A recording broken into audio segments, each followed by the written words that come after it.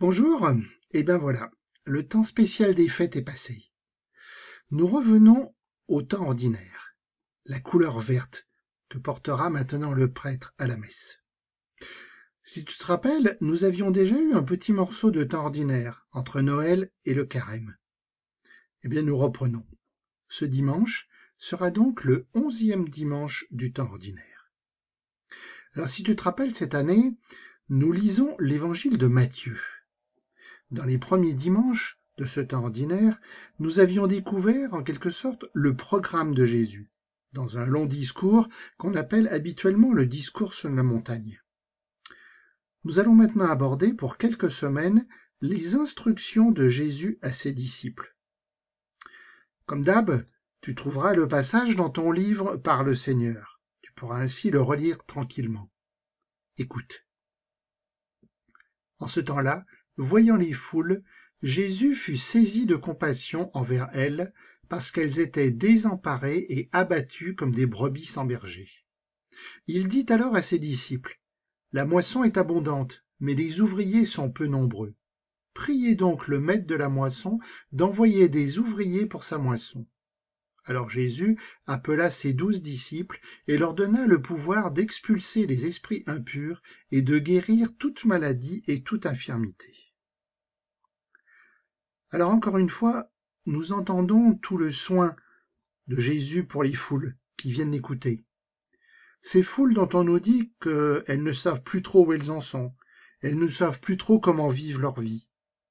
À l'époque de Jésus, la religion était devenue très ritualisée, plein de gestes, plein d'obligations dans la vie de tous les jours, mais en ayant en quelque sorte perdu le sens.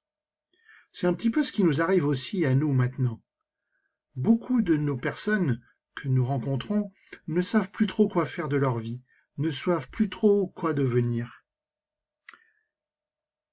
Comme les foules, nous avons besoin de quelqu'un qui nous guide. Nous avons besoin d'un berger. Eh bien, c'est Jésus qui va se charger de donner sens à tous ceux qui l'écoutent. Et c'est un gros boulot, il ne peut pas faire tout seul. Donc, ses disciples, c'est-à-dire ceux qui le suivent de plus près, eh bien, ils vont l'aider. Et pour expliquer, Jésus prend une image agricole. À l'époque, les moissons se faisaient à la main, il n'y avait pas les tracteurs comme maintenant. Donc, pour faire les récoltes, pour ramasser le blé dans un champ, il fallait beaucoup de monde. Eh bien, Jésus dit que pour lui, c'est pareil. Il a longuement enseigné, c'est ce qu'on a entendu dans le discours sur la montagne, mais maintenant, pour la récolte, il a besoin de monde, il a besoin de bras. C'est la mission des disciples. Alors attention, c'est pas seulement les mecs qui étaient sur la route avec Jésus il y a 2000 ans. Ça aussi, ça nous concerne. À nous aussi, Jésus dit, il faut se remonter les manches, il faut se mettre au boulot. Matthieu va indiquer que parmi ses disciples, il y en a 12 qui sont un peu particuliers, qui vont avoir la première des missions. Voici le nom des 12 apôtres. Le premier, Simon nommé Pierre, André son frère, Jacques, fils de Zébédée, et Jean son frère, Philippe et Barthélemy, Thomas et Matthieu le publicain, Jacques fils d'Alphée et Thaddée, Simon le Zélote et Judas l'Iscariote, celui-là même qui le livra. Ces 12, Jésus les envoya en mission avec les instructions suivantes.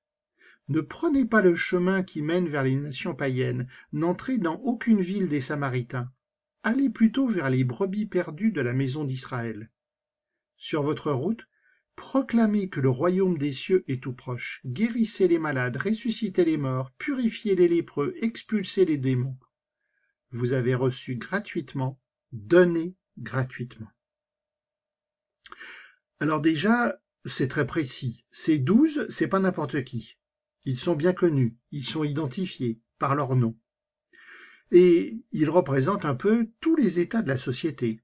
Il y a des ouvriers, des pêcheurs, comme Simon et André. Il y a des intellos, comme l'autre Simon et Judas.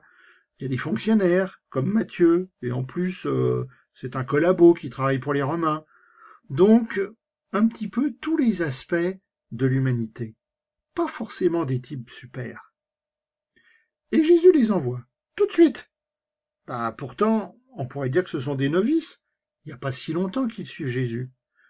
Bon, on pourrait dire en quelque sorte qu'ils sont envoyés en stage pour se former, sur le tas. En fait, sans le savoir, ils vont se préparer à la grande mission qui les attendra après la résurrection de Jésus. Cette grande mission, eh bien, c'est de proclamer la bonne nouvelle. C'est de proclamer le royaume des cieux. Alors, je ne sais pas toi, mais moi, il y a quelque chose qui me perturbe un peu dans ces instructions. Jésus dit qu'il ne faut pas aller vers les étrangers. Il faut rester auprès des Juifs, la maison d'Israël, dans le langage biblique. Et bien pourquoi? Les autres, ils n'ont pas le droit de recevoir le message de Jésus? Alors en fait, ce n'est pas de cela dont il s'agit. Quand on a une grande mission à annoncer, eh bien je pense que ce qui est important, c'est de commencer local, auprès des gens qu'on connaît un peu. Nous aussi, ça nous concerne. Nous avons aussi mission de proclamer le message de Jésus. Mais avant d'aller très loin, avant d'aller auprès de personnes que je ne connais pas, eh bien, il faut que je commence déjà par les gens que je rencontre, par les gens autour, ceux que je vois à l'école, dans mon travail, dans mon village. Et puis, tu le sais, un stage, ça se passe pas toujours bien. Il y a des gens qui vont écouter, c'est sûr. Il y en a d'autres qui vont refuser d'écouter, qui vont se moquer, qui vont peut-être être agressifs. Et bien ça aussi, il faut l'admettre.